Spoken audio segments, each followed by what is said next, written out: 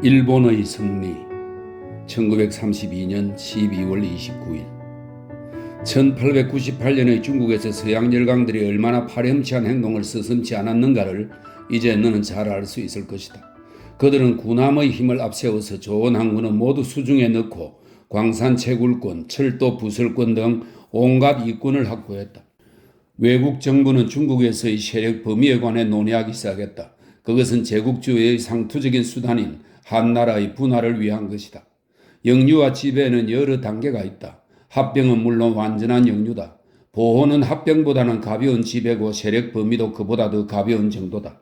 그러나 어느 것이든 결국은 똑같은 목적을 가진 것이며 어느 한 단계는 쉽사리 다른 단계로 옮겨진다. 사실상 합병은 결과적으로 민족주의적 항쟁을 불러일으키므로 상당히 골치 아프고 낡은 수법이다. 그보다 더 발전된 방법은 한나라의 경제적 지배는 하되 그 이외의 부분에 대해서는 모르는 체 하는 것이다. 끊일 새 없는 외국의 공세는 중국 정부를 적잖이 낭패케 했다. 그들은 개혁과 재조직의 필요성을 절감했다. 그러나 열강들의 간섭 때문에 기회는 쉽사리 오지 않았다. 서태후는 얼마 전부터 은퇴하고 있었는데 국민들 사이에선 그녀라면 이 위기를 극복할 수 있을 거라는 기대를 갖고 있었다. 황제는 서태후를 음모의 주동자로 몰아 유폐시키려 했으나 오히려 그녀는 전세를 역전시켜 황제를 쫓아내고 실권을 잡았다. 그녀는 일본처럼 급격한 개혁은 하지 않았지만 신식 군대의 창설에 힘을 기울였고 방위를 위한 지방의용군의 결성을 장려했다. 이 지방의용군 부대는 의화단 혹은 의화권이라고 불렀다. 의화권의 명칭이 항구에 거주하는 유럽인에 전해져 그들은 그것을 권투사라는 졸렬한 이름으로 번역하여 불렀다.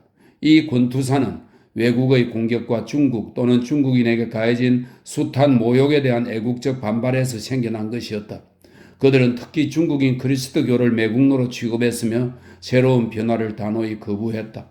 물론 이런 방법으로 성공할 수는 결코 없었지만 이 애국적, 배회적, 반기독교적, 보수적인 단체들은 곳곳에서 서양인과 부딪혔다. 영국인 선교사 하나가 살해됐으며 수많은 유럽인과 무수한 중국인 그리스도교가 죽음을 당했다. 이에 여러 외국 정부는 이 애국 권법운동의 분쇄를 요구했으나 중국 정부는 살인사건 관계자만 처벌했다. 도대체 자기 민족을 가혹하게 처벌한다는 것은 있을 수 없는 일이지 않겠느냐? 그러는 사이 권법운동은 급속하게 확대되었고 이에 놀란 외국 사신들은 함대에서 군대를 긴급 출동시켰다. 이것을 본 중국 정부는 또다시 외국 침략이 시작되었다는 위기의식을 느꼈다.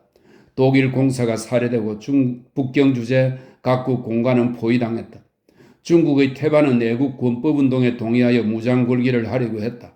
다만 지방 총독 중의 어떤 자는 외국 세력에 동조하기도 했다. 서태후는 말할 필요도 없이 권투사 측을 지지했으나 겉으로 나타낼 수는 없었다. 외국인들은 권투사를 한낱 비적으로 취급하고 있었으나 사실 1900년의 폭동은 중국인들의 독립의지였다. 영국 고관으로 해관 총감독직에 있었던 로버트 하트경은 공사관 포위망을 뚫고 나온 사람이었는데 그는 중국인의 감정을 폭발시킨 책임은 외국인 특히 선교사들에게 있다고 말했다. 그에 의하면 폭동은 애국적인 동기에서 시작되었고 그 목적의 대부분이 정당했다는 것은 의심할 여지가 없다. 그러나 지나치게 강경한 것은 잘못이다 라고 표현하고 있다. 중국이 갑자기 구석에 몰린 쥐가 고양이를 무는 식으로 나오자 서양 열강들은 무척 초조하고 불안해했다. 그들은 북경에 포위당한 자기네 국민을 보호한다는 명분으로 군대 파견을 서둘렀다. 독일인 사령관의 지휘 아래 각 나라의 연합군은 공사관 구조를 위해 달려왔다. 이 군대가 북경에 진입했을 때 백성에게 가한 잔악상은 말로 할 수 없는 것으로 그들의 손에 잡힐 것을 두려워한 많은 사람들이 이미 자살을 했을 정도였다.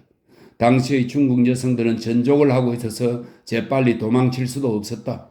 그래서 더 많은 여성들이 자살을 한 것이다. 연합군이 가는 곳마다 시체는 쌓여 뒹굴고 마을들은 온통 불태워졌다. 연합군의 종군한 영국 통신원은 다음과 같이 보도하고 있다.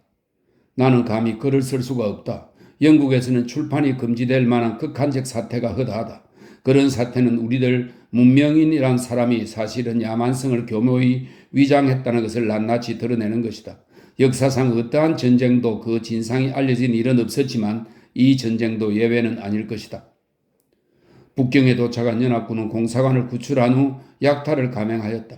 그것은 피사로의 날 이래 사상 최대의 약탈 행위라고 한다. 북경의 고미술품은 그 진가를 모르는 야만스럽고 무지몽매한 인간들의 손아귀에 들어갔다. 더구나 이 약탈에는 선교사가 많은 역할을 담당한 것에 대해 통탄하는 것만으로는 부족하다. 그들은 때를 지어 집집마다 저의 것이라고 딱지를 붙이면서 돌아다녔다. 어떤 집의 가보를 약탈해 팔아먹고는 또 다음 집을 습격했다. 열국의 대립, 그리고 또 어떤 점에선 미국의 태도가 중국을 분할해서 구원했다. 그러나 중국은 골수에 맺히는 굴욕의 고배를 마셔야 했다. 외국 군대는 영구적으로 북경에 주둔하기 위하여 철도 보호권 및 상업상의 특권을 추가했고 그액의 배상금을 물렸다. 그 중에서도 가장 큰 타격은 권법운동에 나선 애국적 지도자들을 중국 정부로 하여금 반동으로 몰아 극형에 처하도록 강요한 일이었다. 이런 것들을 협정한 것이 1901년에 서명된 북경의정서이다. 이런 기회를 틈탄 러시아는 시베리아를 경유하여 만주에 대부대를 파견했다. 힘없는 중국이 할 수 있는 것이라곤 항의가 전부였으나 이것을 본 다른 열국들은 러시아가 이런 방법으로 큼직한 영토를 손에 넣는 것을 강경하게 비난했다. 특히 일본은 러시아의 동진에 대해 크게 위협을 느꼈고 다른 열국들도 러시아의 철수를 위해 압력을 가했다. 러시아는 전혀 나쁜 의도가 없었는데 놀라게 해서 미안하다는 듯이 변명하며 중국의 주권은 절대로 침해할 뜻이 없고 만주에 있는 러시아 철도의 질서가 회복되는 대로 철수하겠다고 약속했다. 그것으로 열강들은 모두 안심했으나 러시아 군대는 만주에 계속 머물렀고 조선까지 손을 뻗쳐나갔다. 러시아의 만주와 조선으로의 전진은 일본을 자극했다.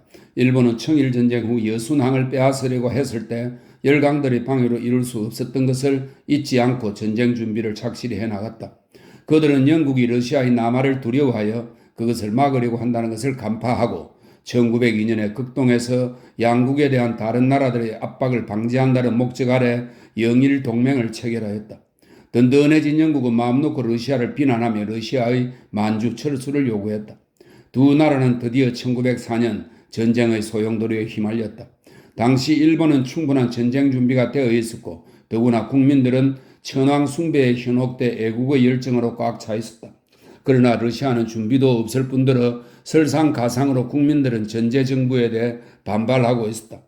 1년 반 동안의 치열한 접전 끝에 일본은 육해전에서 승리를 얻었다. 이를 본 전 아시아, 유럽 그리고 미국은 일본의 승리에 큰 충격을 받았다.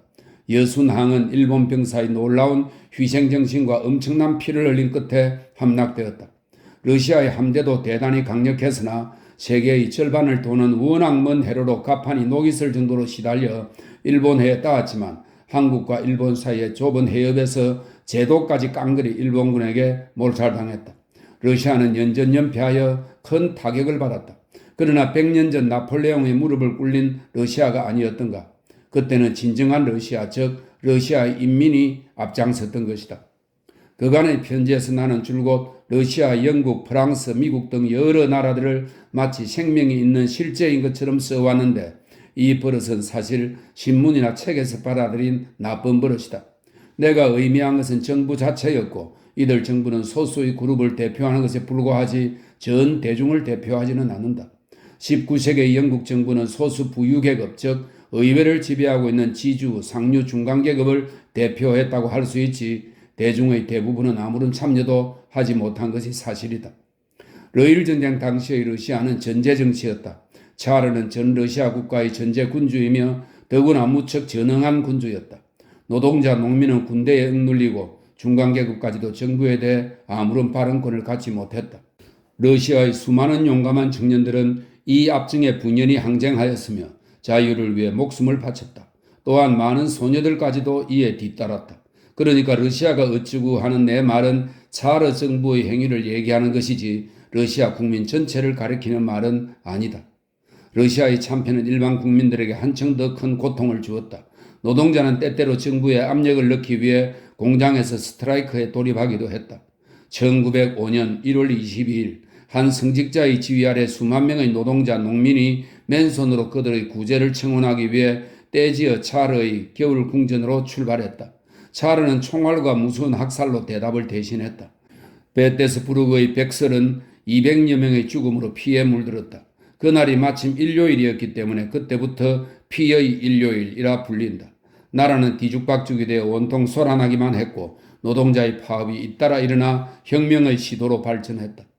1905년의 혁명은 차르 정부의 잔혹한 방법에 의해 진압되었다. 이 참담한 실패는 10년 후의 러시아 혁명을 맞이할 일종의 준비가 되었고 혁명적 노동자가 후에 소비에트에서 널리 알려지게 된 시인 조직을 창시하게 된 것도 1905년의 혁명 중의 일이었다. 차르가 일본과의 전쟁을 끝낸 것도 다분히 이 혁명 소동 때문이다. 러일 전쟁은 1905년 9월 포츠머스 조약으로 끝났다. 포츠머스는 미국의 도시로 미국 대통령이 두 나라 대표를 그곳으로 초청하여 강화 조약을 체결하였다. 이 조약에 의해 일본은 마침내 여순항과 요동반도를 회수했다. 일본은 또 러시아가 만주에 건설한 철도와 일본 북방에 위치한 사할린의 절반을 차지했고 러시아는 조선에 대한 일체의 권리까지 상실했다.